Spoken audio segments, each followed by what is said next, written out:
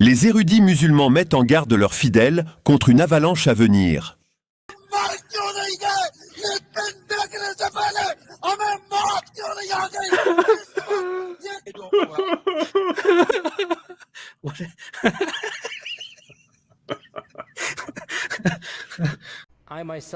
J'ai moi-même rencontré des personnes qui ont en fait quitté l'islam à cause de ce genre d'histoire.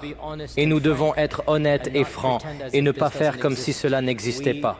Nous faisons face à une crise de personnes qui quittent notre foi, nos propres enfants, nos propres jeunes hommes et femmes.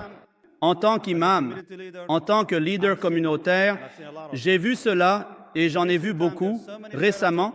Il y a tellement de parents qui m'appellent et me disent « Eh bien, j'ai mes 2 jeunes filles, par exemple, ou j'ai une fille, elle est adolescente, ou elle est maintenant à l'université. Mon fils, il a tel âge et il est allé à l'université et maintenant il doute de l'islam. Elle veut enlever son hijab.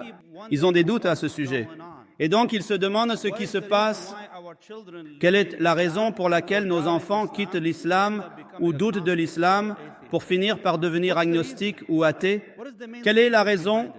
Quel est le principal secret derrière cela?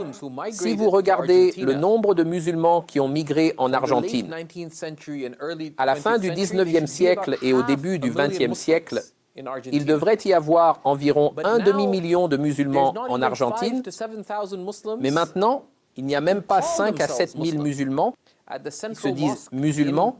À la mosquée centrale de Buenos Aires pour la prière du vendredi, il y a environ 70, maximum 80 personnes. Ils ont réalisé des enquêtes en Amérique et ont étudié les musulmans, et ils ont découvert qu'un musulman sur 4 qui grandit en Amérique quitte l'islam.